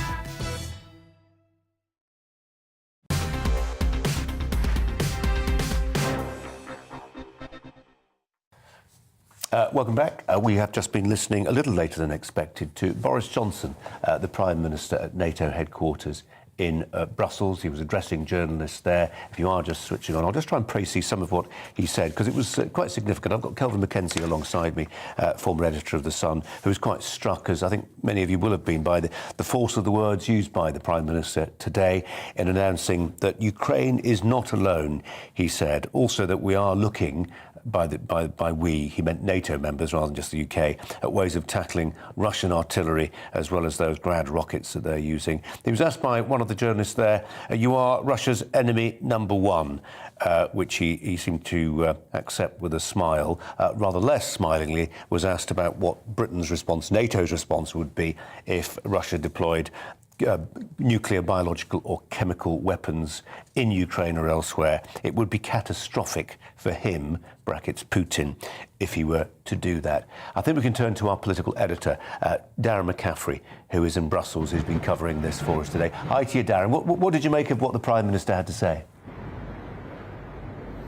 Yeah, as you have drawn on some of the key themes there that came up, not least of all this issue of potentially chemical weapons. We know the United States, Colin, have flagged this in the last couple of weeks as something they think is possible by Russia, with its back somewhat against the wall, given the fact that this military campaign in Ukraine does not seem to go in as well as they had hoped. The Prime Minister insisting that there would be serious consequences if biological or chemical weapons were used in Ukraine. He would be drawn on what the details of that would be, but he was pretty clear that there would be consequences. However, he wanted to focus on what he called the already barbaric acts that are taking place through conventional warfare, if you like, in many of Ukraine's major cities. Also interesting, as you drew upon there as well, Colin, this idea, and we heard it from the Kremlin earlier on this week, that in many ways Boris Johnson was seen, at least by the Putin regime, to be leading the kind of anti-Russian campaign, if you like. As you say, many will want Boris Johnson maybe to potentially wear that as a badge of honour. Not being anti-Russian, but very much anti this war and anti-Putin in all of this. This comes, of course, in the context that Boris Johnson's been at a NATO summit earlier on today, involving all NATO leaders, including President Joe Biden, who's flown over from the United States, his first time in Europe since the war in Ukraine began. And it also came with an announcement today from NATO that they will be expanding quite significantly the number of battalions, if you like, on their eastern flank. That is in countries like Slovakia, Hungary, Romania and Bulgaria, doubling from 4 to 8 tens of thousands of extra NATO troops based in these countries. Again, trying to send a warning to Russia. Tonight, Boris Johnson is heading back to London, but EU leaders are meeting here in Brussels along with President Biden. President Zelensky expected to dial into that leaders' meeting. He will, of course, again call for a no-fly zone, for more military equipment. Boris Johnson, during that press conference, again insisting that a no-fly zone risks increasing the possibility of this becoming an all-out war with Russia, something NATO at the moment is clearly very determined to try and avoid. And just on the point of detail about that British deployment of forces to Bulgaria that the Prime Minister mentioned, I mean, if you're a relative of a young soldier who's at Tidworth Garrison or Catterick Garrison or one of the big sprawling army camps in the UK, you're listening to these words really intently. This isn't just rabble-rousing rhetoric from the Prime Minister. This is actually the deployment of British service personnel to foreign lands. Now, the Prime Minister there said there'd be a new deployment of UK troops in Bulgaria. Reuters reporting 2 or 3 hours ago the Bulgarian leader saying that amounts to 150 troops, as opposed to, say, more than 1,000 American soldiers who are going to Bulgaria. So he's happy to talk about a new deployment of British troops, but actually when you look at it in the round, 150 soldiers, it's not going to change that much. Yeah, I think largely this is symbolic to a degree, Colin. It is about sending that message to Moscow, and we've heard that if you put a toe cap essentially across a NATO border, well, then you are then at war with NATO. It is an act of deterrence in some regards. There is no prospect at this moment in time that somehow NATO is going to get involved in that conflict with Russia directly. But it does have consequences, and we are sending British soldiers not quite to the front line, but to the front of the NATO line, if you like, though many of them have been there for quite a long period of time. We've been carrying out quite extensive exercises, particularly with the Baltic states in recent years. I think they're talking about upwards, there were 40,000 extra troops from across NATO countries descending on Eastern Europe. So the overall numbers are quite significant. But at the moment, the UK's focus, I think, Colin, is trying to supply the Ukrainians with even more arms, given the relative military success so far, even suggestions in the last couple of days that they're actually going on the offensive against Russia. And that is why the UK is committing, I think, 6,000 extra missiles, 25 million quid, Boris Johnson said today, to help pay for some of the Ukrainian soldiers' wages and extra rationing as well. And calls as well, interestingly, and there is a bit of a divide on this, I think, for Britain and the United States, calling on countries like Germany and France to do even more in terms of that military supply. And that's aside from the discussion tonight that EU leaders are going to have on greater sanctions, particularly around Russian oil and gas. Darren, thanks very much indeed. Darren McCaffrey there in Brussels for us this afternoon. Let's just show you the scene again in Brussels, NATO headquarters. Same place, different flag you'll see that's been put in place there, and rather more journalists, as befits the most powerful leader in the free world, the travelling American press corps, a bit bigger than our own. So Joe Biden is expected to appear at that lectern very soon. Just as soon as he does, we'll take you there, of course. In the meantime, let's bring you the latest news bulletins.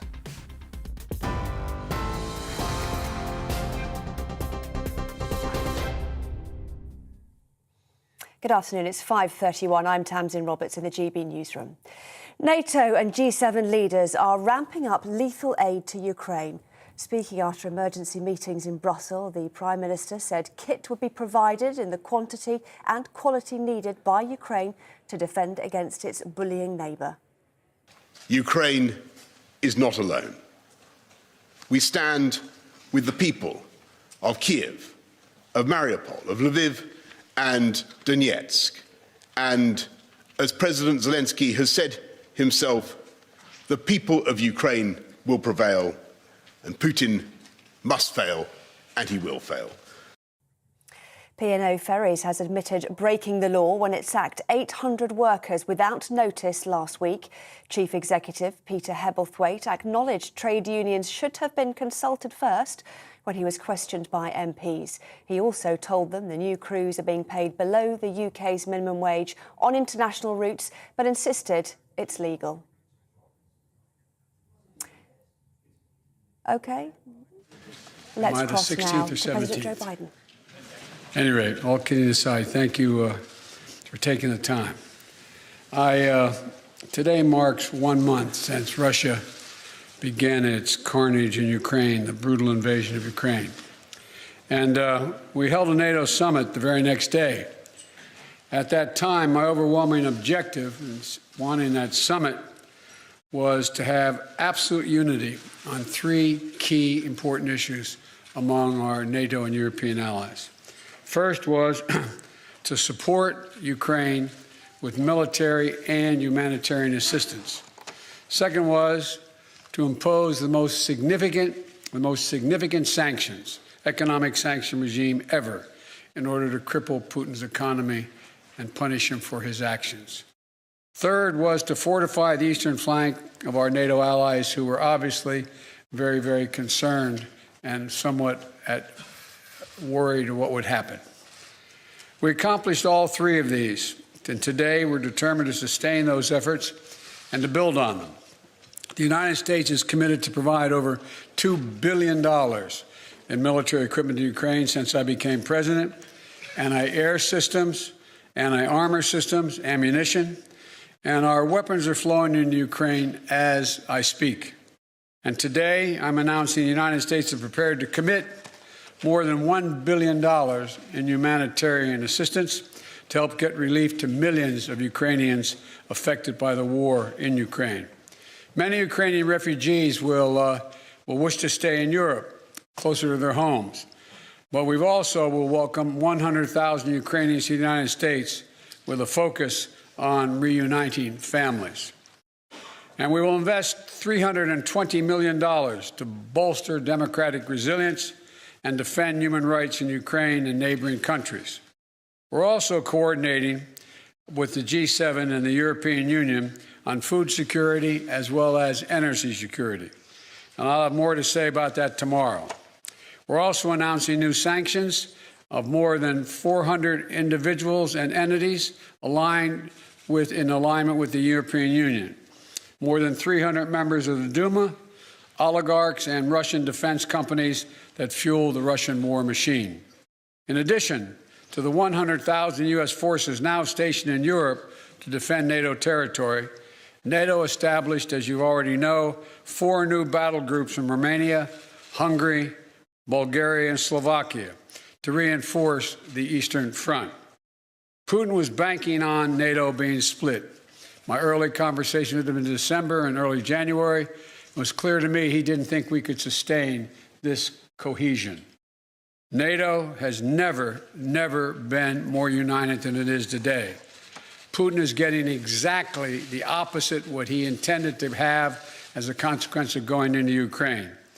We've built that same unity with the European Union and with the leading democracies of the G7, in the G7. So I want to thank you, and I'll be now happy to take your questions. Since there's so many people out there, been given a list. Now, how about Chris of the Associated Press? First question. Hi, thank you, Mr. President. So you've warned about the real threat of chemical weapons being used. Have you gathered specific intelligence that suggests that President Putin is deploying these weapons, moving them to position, or considering their use? And would the U.S. or NATO respond with military action if he did use chemical weapons? You know, on the first question, I can't answer that. I'm not going to give you intelligence data, number one. Number two, we would respond. We would respond if he uses it. The nature of the response would depend on the nature of the use. Josh of Bloomberg.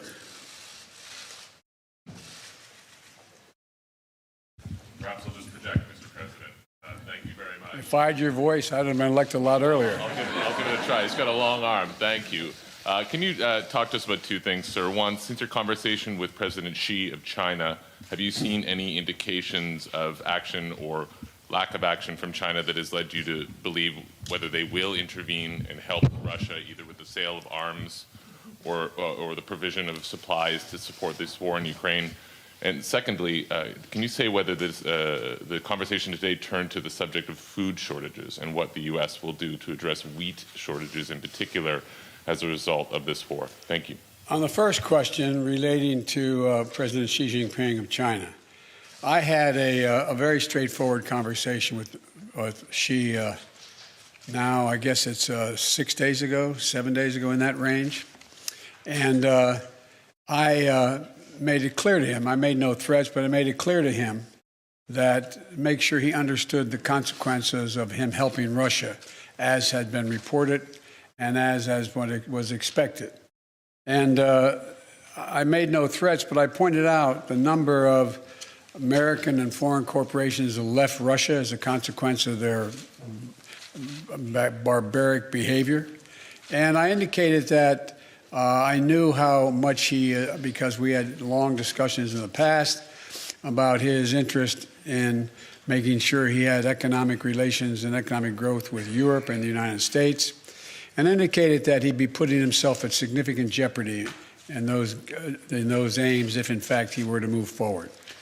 I am not going to comment on any detail about what we know or don't know as a consequence of that conversation, but tomorrow or next Monday that Ursula is having that conference with China,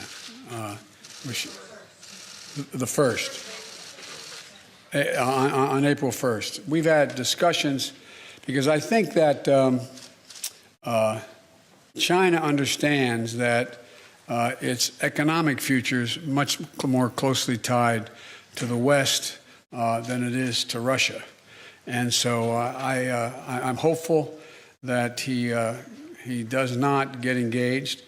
We also did discuss today that there's a need for us to set up, NATO to set up, and the EU, to set up a system whereby we have an organization looking at who has violated any of the sanctions and where and when and how they violated them. And that's something we're going to put in train. It's not done yet. So with regard to Xi, I have nothing more to report. With regard to food shortage, yes, we did talk about food shortages. And it's going to be real. The price of these sanctions is not just imposed upon Russia. It's imposed upon an awful lot of countries as well, including European countries and our country as well. And because both Russia and Ukraine have been the breadbasket of Europe in terms of wheat, for example, just to give you one example. But we had a long discussion in the G7 with both the United States, which has a significant, the third largest producer of wheat in the world, as well as Canada, which is also a major producer. And we both talked about how we could increase and disseminate more rapidly food shortages. And in addition to that, we talked about urging all the European countries and everyone else to end trade restrictions on sending limitations on sending food abroad. And so we are in the process of working out with our European friends what it would take to help alleviate the concerns relative to food shortages. We also talked about a significant major U.S. investment, among others, in terms of providing for the need for humanitarian assistance, including food, as we move forward.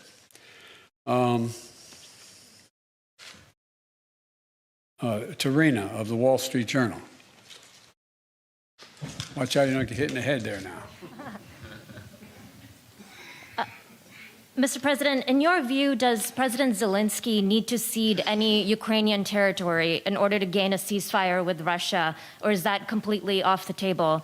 And then also, do you think that Russia needs to be removed from the G20? On the latter point, my answer is yes. That depends on the G20. That was raised today, and I raised the possibility, if that can't be done, if Indonesia and others do not agree, then we should, in my view, ask to have both Ukraine be able to attend the meetings, as well as basically Ukraine being able to attend the G20 meeting and observe. With regard to, what was the first question? If you think that Ukraine needs to cease, to give up any territory in order to get a ceasefire. That is a total judgment based on Ukraine. Nothing about Ukraine without Ukraine. I don't believe that they're going to have to do that, but that's a judgment. There's negotiations, that are discussions, I should say, that have taken place that I have not been part of, including Ukrainians, and it's their judgment to make. Cecilia, ABC. There you are. Oh, thank you. Sir, you've made it very clear in this conflict that you do not want to see World War III. But is it possible that in expressing that so early that you were too quick to rule out direct military intervention in this war? Could Putin have been emboldened knowing that you are not going to get involved directly in this conflict? No and no. I believe that. And to clarify on chemical weapons, if chemical weapons were used in Ukraine, would that trigger a military response from NATO? It would trigger a response in kind. Whether or not you're asking whether NATO would cross, we'd make that decision at the time. And my final question, because you're heading to Poland tomorrow, do you think that getting a first-hand look at the effects of this war on these millions of Ukrainians who have fled their country could change the way that you might respond? I don't think so, because I've been to many, many war zones. I've been in refugee camps. I've been in war zones for the last 15 years, and it's devastating. But the thing you look at the most is you see these young children. You see children without parents that are in those camps or in refugees. You see women and husbands, men and women who are completely lost and have no nose. You see the look, that blank look on their face, that absolute feeling of, my God, where am I? What's going to happen to me? And so what it will do, it will reinforce my commitment to have the United States make sure we are a major piece of dealing with the relocation of all those folks, as well as humanitarian assistance needed both inside Ukraine and outside Ukraine. For example, this is not something that Poland or Romania or Germany should carry on their own. This is an international responsibility. The United States, as a leader, one of the leaders in the international community, has an obligation to be engaged and do all we can to ease the suffering and pain of innocent women and children and men, for that matter, throughout Ukraine, and those who have made it across the border. I plan on attempting to see those folks, as well as I hope I'm going to be able to see, I guess I'm not supposed to say where I'm going, am I? But anyway, I hope I get to see a lot of people.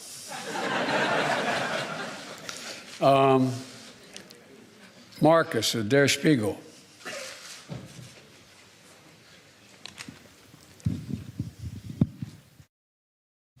Thanks, Mr. President.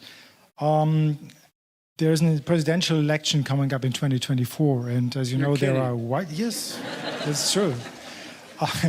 And there are widespread concerns in Europe that a figure like your predecessor, maybe even your predecessor himself, might get elected president again. Are there any steps, anything you're trying to do and NATO is trying to do here these days to prevent what you're trying to do becoming undone 2 years from now? Thank you. No, that's not how I think of this. I've been dealing with foreign policy for longer than anybody that's involved in this process right now. I have no concerns about the impact. I made a commitment when I ran this time. I wasn't going to run again. And I mean that sincerely. I had no intention of running for president again.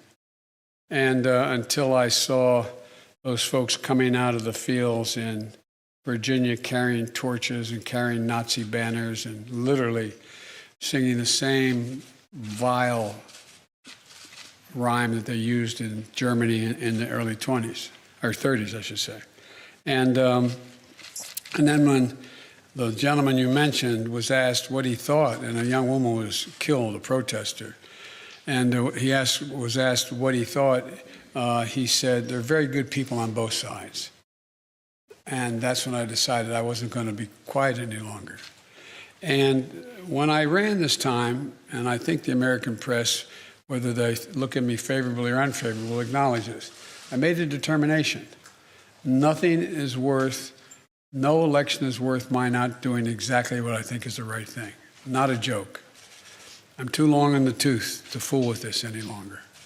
And so we're a long way off in elections, a long way off.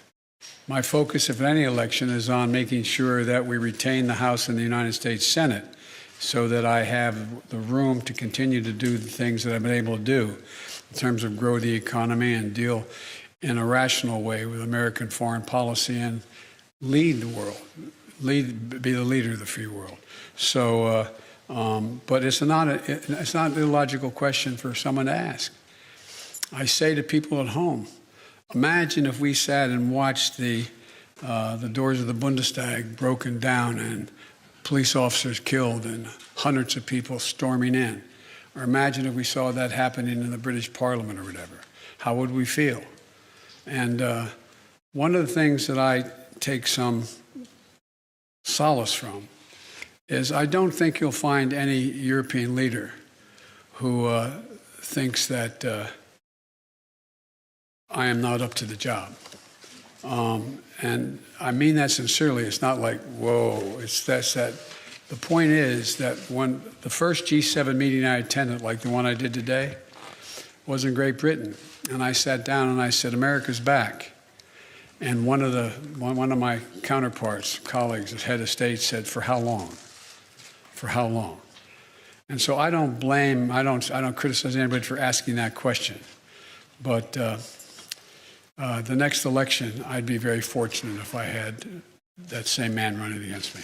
Thank you very, very much. Well, it's a measure. Cacophony of questions. Oh, hang on. No, yeah, one final question, right. Hey, look, wait, hold on a second, please. I was supposed to be an hour ago at the European Union meeting and to speak. Now, I'm thanking you. So someone I haven't called on before. You. Who are you? I'm Christina Rafini from CBS. Thank you, sir. Okay. Sir, deterrence didn't work. What makes you think Vladimir Putin will alter course based on the action you've taken today? Let's get something straight. You remember, if you covered me from the very beginning, I did not say that, in fact, the sanctions would deter him. Sanctions never deter. You keep talking about that. Sanctions never deter. The maintenance of sanctions, the increasing the pain, and the demonstration why I asked for this NATO meeting today is to be sure that after a month we will sustain what we're doing, not just next month, the following month, but for the remainder of this entire year. That's what will stop him. Do you believe the action today will have an impact on making Russia change course in Ukraine? That's not what I said. You're playing a game with me. I know. The answer is no. I think what happens is we have to demonstrate the purpose. The single most important thing is for us to stay unified.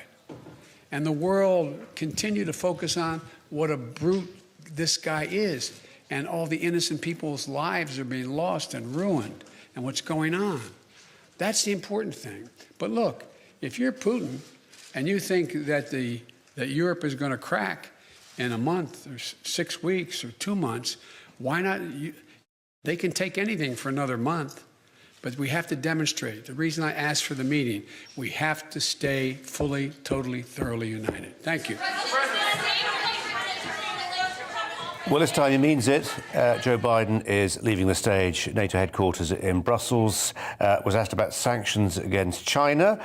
I understand they understand, Xi Jinping understands its economic future is much more closely tied to the West than it is to Russia. That seemed quite important. Kelvin McKenzie is alongside me, who was listening to that, formerly editor of The Sun. Kelvin, Joe Biden, maybe our viewers felt this too, he had me with him for 2/3 of that, and then he lost it for the final third, when he just wouldn't even name Trump. But he became a little bit crotchety, and I just thought that wouldn't happen with the British Prime Minister. They would steer clear of domestic politics. This is about Ukraine. Yes, he took this opportunity to start talking about what a great guy he was, why he came into it, why he came into the presidential race in the first place. Honestly, it's all history, very interesting for that domestic audience. But the truth about the matter is there is a war going on in the Ukraine, and I was very surprised that he drifted into that. And I admire what Boris did, because he didn't. He stayed focused. Let's hear what someone who used to advise Donald Trump, the man who could not be named there by Joe Biden, Dr. Sebastian Gorka, made of that peroration. Seb Gorka. Doddering old git. I mean, really, I completely agree. Just before he went into domestic politics, we have a rule here on both sides of the aisle. As soon as you leave U.S. territory, you don't talk domestic politics. You just don't do it at a NATO summit. Beyond unseemly. And before he got to that, he said this thing about, well, somebody asks if there's use of chemical weapons, what will NATO do? He actually said, we will respond in kind. A man who his own Secretary of Defense, Robert Gates, in the Obama administration, when that man was vice president, said in his biography, this is a Democrat, said that Joe Biden has been wrong on every major foreign policy issue for 40 years. He just said that NATO will use chemical weapons against Russia. You know, Seb Gorka, you've pulled out exactly the right line from this. He was asked by AP right at the beginning, and he chose his words really carefully. He said, we would respond. It would depend on the nature of the threat. It would depend on the nature of the response. Chose those words really carefully. And then when he said what you just repeated, that takes it a whole other step on, doesn't it? It just demonstrates how incompetent this man is. NATO's not going to deploy chemical weapons. Are you joking? And he just said, as the president of the United States, yeah, if they use chemical weapons, we're just going to drop VX gas on Russia.